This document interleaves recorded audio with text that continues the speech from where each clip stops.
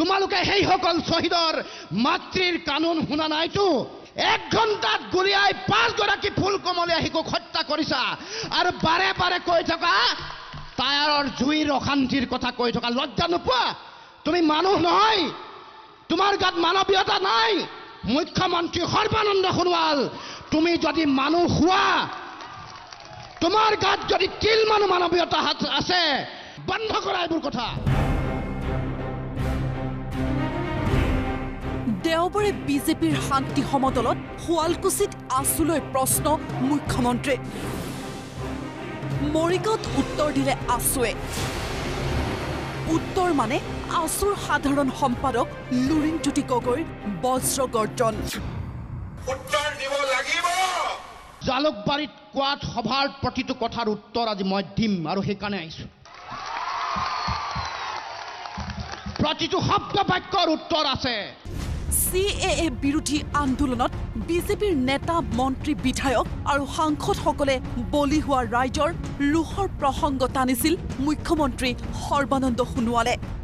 উত্তৰত মুখ্যমন্ত্ৰীলৈ লুৰিণজ্যোতি গগৈৰ পৰামৰ্শ মই যিহেতুকে ভুল কৰাই নাই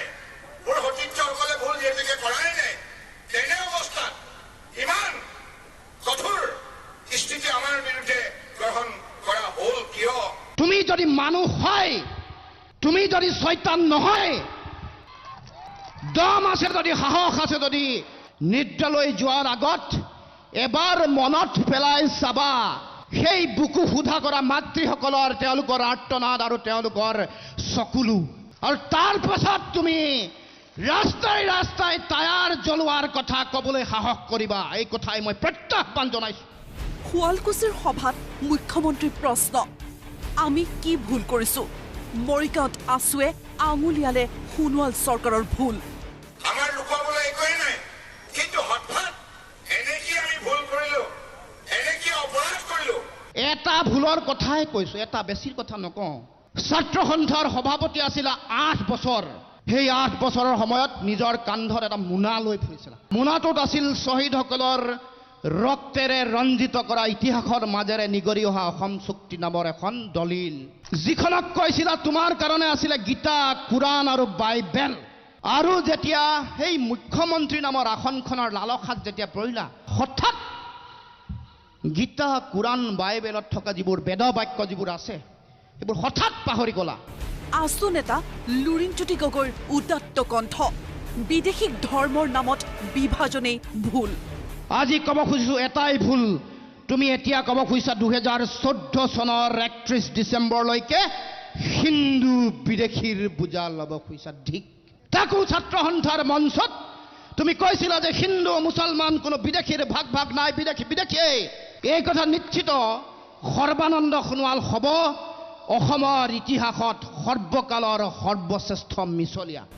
শুৱালকুছিত সদৌ অসম ছাত্ৰ সন্থাৰ প্ৰসংগ টানি মুখ্যমন্ত্ৰীয়ে কৈছিল ব্যক্তিগতভাৱে বেয়া পালে একো নকওঁ লুৰিণজ্যোতি গগৈয়ে স্পষ্ট কৰিলে আছুত ব্যক্তি পূজা নচলে সদৌ অসম ছাত্ৰ সন্থাক মই শ্ৰদ্ধা কৰোঁ কাৰণ মই সেই সংগঠনৰ পৰা উৎপাদিত এগৰাকী ব্যক্তি গতিকে পৰম শ্ৰদ্ধাৰ নেতৃবৃন্দক কেৱল মই আহ্বান জনাইছোঁ আপোনালোকে যদি ব্যক্তিগতভাৱে কিবা বেয়া পাই আছে মোৰ ক'বলগীয়া নাই ব্যক্তিগত শত্ৰুতা ছাত্ৰ সন্থাই কাকো কেতিয়াও নকৰে তোমাৰ দিনত যদি তুমি সভাপতি আছিলা ছাত্ৰ সন্থাৰ তোমাৰ দিনত যদি ব্যক্তি পূজা ছাত্ৰ সন্থাত হৈছিল আমি নাজানো এতিয়াতো তুমি ব্যক্তি পূজাই কৰি আছা ব্যক্তি পূজা কাৰ পূজা কৰা নৰেন্দ্ৰ মোদী আৰু অমিত শাহৰ এখন গণতন্ত্ৰ ইয়াত গণতন্ত্ৰত ৰাইজেই ৰজা আমি ছাত্ৰ সন্থাই ব্যক্তিগত শত্ৰুতা কথাটো আমি বিশ্বাস নকৰোঁ তুমি কলংকিত হৈছা আৰু সেইকাৰণে ছাত্ৰ সন্থাৰ কথা তুমি বাৰে বাৰে আজুৰি নানিবা মাতৃৰ কলংকিত সন্তানে যেতিয়া মাতৃৰ কথা উচ্চাৰণ কৰে মাতৃ অত্যন্ত কষ্ট পায় বিজেপিক এঘৰীয়া নকৰিবলৈও দেওবাৰে ৰাইজক আহ্বান জনাইছিল মুখ্যমন্ত্ৰীয়ে মুখ্যমন্ত্ৰীয়ে সেই আহ্বানৰো প্ৰত্যুত্তৰ দিলে লুৰিণজ্যোতি গগৈয়ে আপোনালোকেতো আমাক বিশ্বাস কৰিবলৈ চেষ্টা কৰক হঠাৎ আমি এনে কি কাম কৰিলো যাৰ কাৰণে আপোনালোকে আমাক এঘৰীয়া কৰাৰ প্ৰয়াস কৰিছে এইটো কাম নকৰিব কাকতি মিনতি কৰিছে আপোনালোক সকলোকে কৈছে মোক এঘৰীয়া নকৰিব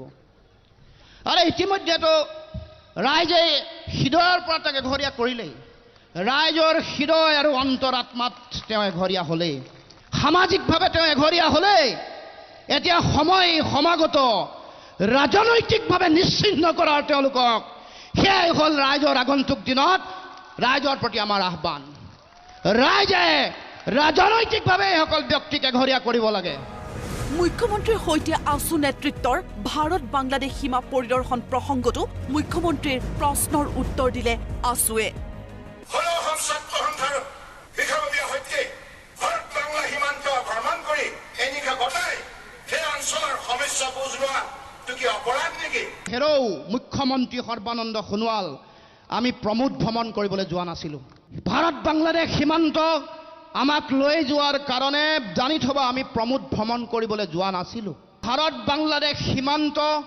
আজিও ৪৬ কিলোমিটাৰ পানী অঞ্চল, জল অঞ্চল উন্মুক্ত হৈ আছে। স্থল অঞ্চলত ৭ কিলোমিটাৰ পৰা 10 কিলোমিটাৰ এতিয়া উন্মুক্ত হৈ আছে। তোমালোকে সেই সময়ত ভ্ৰমণৰ সময়ত প্ৰতিশ্ৰুতি দিছিলা 1 বছৰৰ ভিতৰত কৰিমগঞ্জ ছেক্টৰ, 2 বছৰৰ ভিতৰত ধুবুৰী ছেক্টৰ তেওঁলোকে চিল কৰি দিব। কি হ'ল? ১০০ বিঘা ভূমিত অসম আন্দোলনৰ শ্বহীদৰ বাবে প্ৰস্তাৱিত স্মৃতি সৌধক লৈও মুখ্যমন্ত্ৰীয়ে বিচৰা শলাগৰো প্ৰত্যুত্তৰ দিলে আছুৱে। সেই শ্বহীদসকলৰ স্মৃতি চিৰজীৱনীয় কৰিবৰ বাবে গুৱাহাটীৰ বুকুত ১০০ বিঘা মাটিত আমি শ্বহীদ স্মাৰক নিৰ্মাণ কৰাৰ বাবে আধাৰশিলা স্থাপন কৰিলোঁ। এইবিলাক কি ভাল কাম নহয় নেকি? ভাল কাম কৰিছা, আমিতো বেয়া বুলি কোৱা নাই। তোমাৰ আজি আধাৰ কি, তোমাৰ প্লেটফৰ্ম কি, তুমি কাৰ ওপৰত আজি প্ৰতিষ্ঠিত হলা? যিসকল শ্বহীদৰ ত্যাগৰ বিনিময়ত হোৱা অসম চুক্তিকে তুমি হত্যা কৰিলা, বাৰে বাৰে শ্বহীদৰ আত্মাক হত্যা কৰি এতিয়া ক'ব খুজিছা যে মইতো কোনো কাম ভুল কৰা নাই, শ্বহীদ বেদী বনাইছোঁ, শ্বহীদ স্মাৰক বনাইছোঁ। মৰিগাঁৱৰ পৰা মানৱেন্দ্ৰ দেৱনাথৰ সহযোগত কেমেৰা পাৰ্চন বিপুল ৰাজৰ সৈতে পাৰ্থপ্ৰতিম বৰুৱাৰ ৰিপৰ্ট, প্ৰতিদিন টাইম।